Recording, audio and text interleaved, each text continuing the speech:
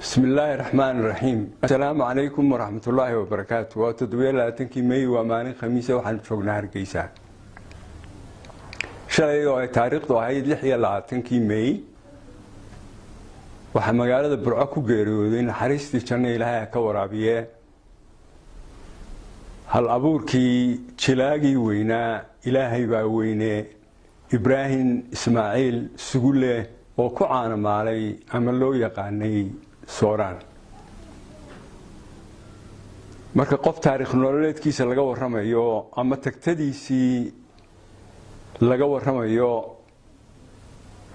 waxa muhiim ah qofka bani aadamka ee dhintay ee la xusaya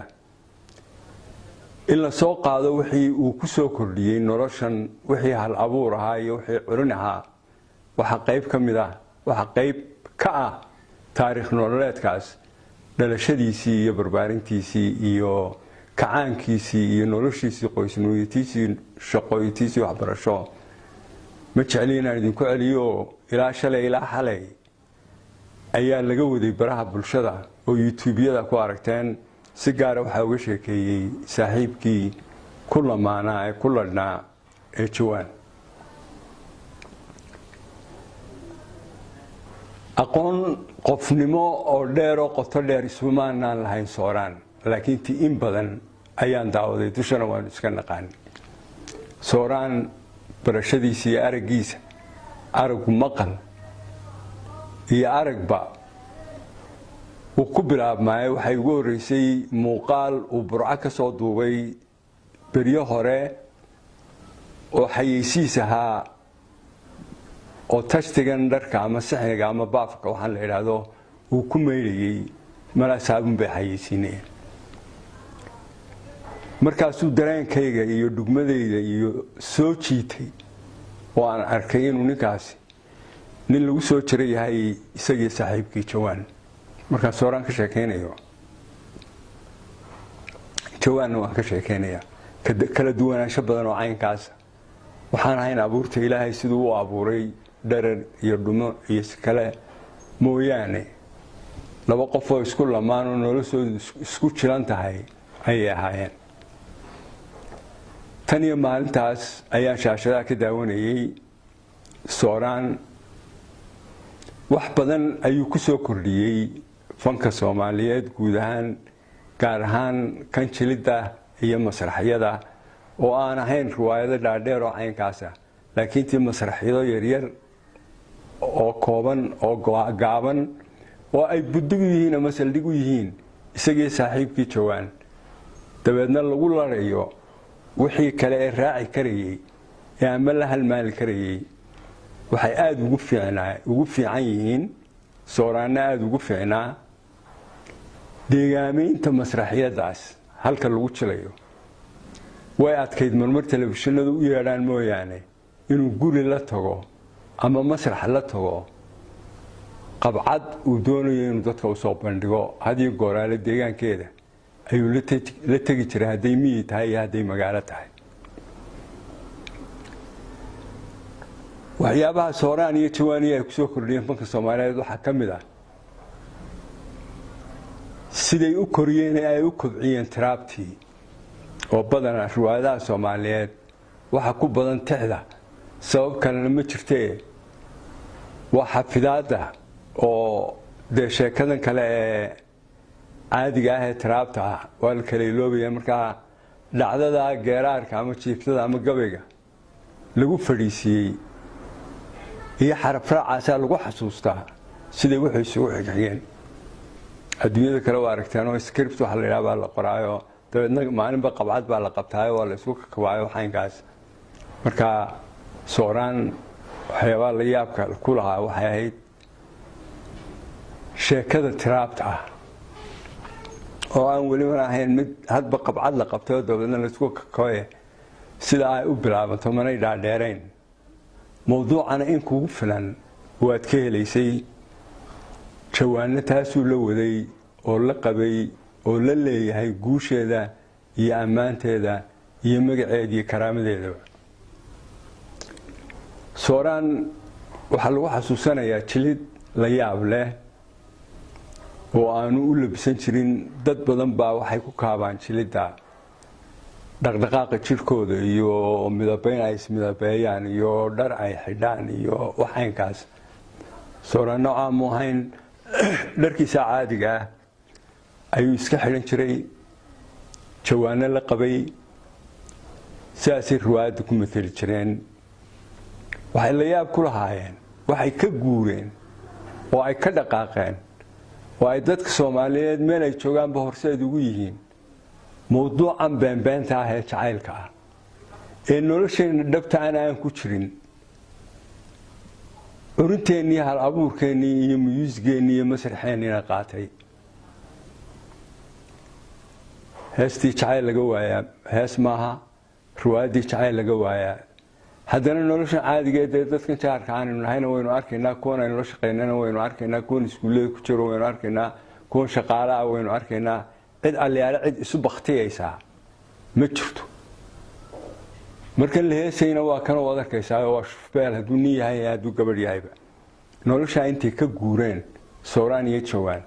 ayaa waxay tageen xaqiiqadii dhabta ahayd ee mujtamacani ku noolaa waa maxay mashaakilka dadkan haysta waa maxay hunjaaliga hor yaalla ee ay tahay inay ka gudbaan waa tahriibtii barteedii iyo buuraheedii iyo webiyadeedii xeebteedii iyo doonyaheedii intay la tagaan ayay halkaa ku soo jilayaan iyagoo carruurtii wada oo karbaashi iyo cagagoynaya si ay dadka u dareensiiyaan xanuunka tahriibku leeyahay waa qabyaaladii waa doorashooyinkii waa kaambeynada beenbeenta ah ee madhan waa qabyaaladii saamaynta aynagu leeday waa axsaabtii waa madax dhaqameedkii wax waloo mujtamacan hadiimo ku aba waxay ku soo dhigeen clip ama muuqaal ay iyagu xudun u yihiin dabeedna wixii kale raaraaci karaya la jili karayay ama deegaamaynta muuqaalka ha noqoto ama ha noqoto dadka ku jilan ee raacaya taana way soo kordhiyeen waxay soo kordhiyeen in iyagoo laba fanaana oo hal abuura oo curiyayaala oo jilayaala oo maadeeyayaala oo hal abuur badan oo noocyo badan leh waayo sooraan wuu heesi jiray midhaha wuu tirin jiray inuu alxaantana samayn jiray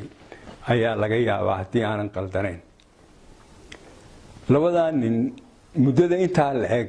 ayaynaan maqal labadaa nin ayaa isqardoofeeyey ama isqabsaday ama loo garnaqayaa ama kala weji dadbay ama sii kala jeestay ama kala tegoo la isku soo celiyey maynaan maqal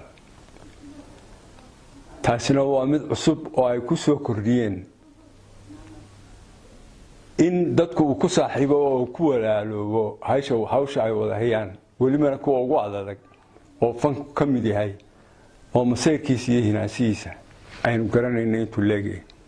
waxay ku ammaanay inuu sooraan ku ammaanay inuu magaalada Burco